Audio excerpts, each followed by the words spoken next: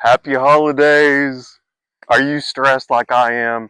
It's a busy time of the year, trying to do all sorts of things, parties, all that sort of stuff. It's supposed to be the happiest time of the year, but I find it to be the most stressful, at least for me. So today we're going to talk about how to make it a little less stressful. And I think the most important thing to remember is what we do at night as we go to bed. Because if we can get a good night's sleep, then we're going to feel better the next day and we can tackle these chores and things that we have to do, all these tasks, this Christmas shopping, all these relatives, all the stuff that we have to deal with. So let's talk about how we get a good night's sleep and how we do this sort of silent night reset every night, so that way we can kind of calm down and get peaceful again. So we're going to talk about that now. I know what we're going to talk about. We're busy. We don't have a lot of time. I'm going to talk about 5 different points of things that we can do, but just do any of them that you can, because we're busy. Maybe you got kids, all sorts of demands on your time. So just maybe pick 1 or 2 of these exercises that I'm going to talk about and implement them in your nightly routine. And I think you'll find that it really helps a lot. At least it helps me. Now, first thing I do, and this isn't one of the 5, but I always grab a cup of, try to get some sort of herbal sleep time tea, because that's the best thing to do. But sometimes I have a habit of drinking hot chocolate at night, which is not recommended. But get you something nice and warm to drink, cozy up, get ready for that. The first practice we're going to talk about is called the brain dump. Our brains are just so full of thoughts at night. We're racing about all the different things that we've done, and our brain is just kind of wired and it keeps going. So it helps to do this little brain dump. Get it out on paper. Either write it down on paper, write it on your notepad, on your phone, any way to get it out of your head and onto paper. And as you're doing that brain dump, either on paper or on your phone, kind of take a deep breath. You know, just feel yourself in, whether you're in the bed or on a chair, wherever, just kind of feel yourself grounded in that area. So that grounding, that brain dump is the first step to help us have a better night's sleep. Just let it all out. The second thing is mindful movement. And what that's about is, sometimes we just get, I just heard my neck crack. Sometimes our bodies just get stiff and, we need to just kind of loosen up a little bit. So maybe do like a little body scan, think about, if you've never done a body scan, you're just quickly just thinking about what feels right up here, go down your neck, your chest, your arms, just kind of let things out. I read a book a long time ago called The Body Keeps Score. It's a really good book. And it talks about how our body just kind of holds on to things. And so it's good to do this just to kind of let our bodies relax and let things go. That third step is something I've talked about before, and it's a digital disconnect. And it is hard for me. I mean, I think we're all, at least everybody I know, we're addicted to our phones. And so it's hard for me to not watch the news, play on my iPad, watch YouTube videos, all this sort of stuff at night. And that's a really bad way to get to sleep. It's been recommended before, and I do this and it works. If I can force myself to do it, I have to force myself with that digital disconnect.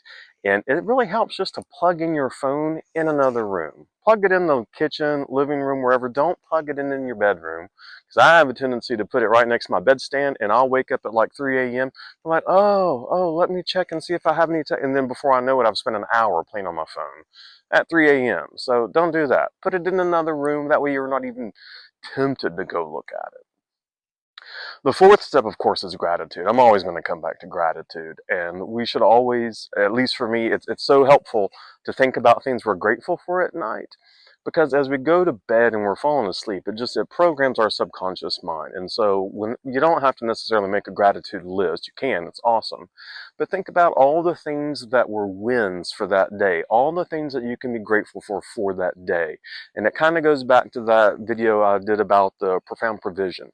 When we're thinking about all the good things that happen instead of all the problems, then we're embedding that proof of profound provision in our mind as we're sleeping. And I tell you, it does you some good. It really helps you sleep a lot better. And then finally, as you're going to sleep, I would say, do some breath work and really think about that proof of profound provision. As you're falling asleep, focus on your breath and just think about all the wonderful things that are going on right now, all the things we have to be grateful for this year, all the things that we're going to be doing this holiday season with our loved ones, our friends, our family. I know for me personally, I've mentioned this several times, a year ago, I could barely get out of bed. And I have so much to be thankful for this Christmas. And it's kind of like a new Christmas for me. If you've all watched the video about what happened, it's my first sober and aware Christmas in a long time. Before I was unfortunately not sober, and then last year I was so sick I couldn't move barely. So I was constantly going to doctor's appointments. So anyway, I have a lot to be thankful for, and it feels like a brand new Christmas for me. And I'm having to create new Christmas traditions and all that sort of stuff. In the next video, I'll be talking about other people, but for this video, I want us to focus, and this week, I want us to focus on how we get peace in ourselves. And I think that silent night reset is the best thing that we can do. So I hope that really helps you all. I hope that you can remember these tools. And again, I know we're busy. Just pick whichever ones work best for you. Um, and let me know in the comment section what you pick, how it works. Just a little highlight reel or a bonus reel about the last video I made. I left a comment there. Proof of profound provision. I tell you, I practice these things myself. I'm not just making this stuff up. And, look at that video. But anyway, after I recorded that video, I was really stressed about some money and a financial situation. And I kid you not, I check an email and $250 was deposited into my bank account. Now, I'm not saying you do this sort of stuff and suddenly money's going to drop out of the sky. I'm not saying that. But it was kind of pretty awesome that there is this proof of profound provision as long as we keep focusing on that, especially as we're going into the holidays and all the gifts that we're going to be given. I'll be talking about that too. But, just think about all that we have to be thankful for this season. I really hope that helps. I hope that you'll leave me a comment. Please let me know how everything's going. Please like and subscribe. And again, leave comments because it lets the algorithm know who to send this information out to. It lets me know that you're engaged, that you like this stuff. It helps me a lot. It encourages me to keep doing more of this stuff. I hope that you all stay peaceful during this holiday season. I hope that you stay grateful, and please stay kind. And as always, I'm grateful for each and every one of you, and I hope you have a wonderful, wonderful day. Cheers.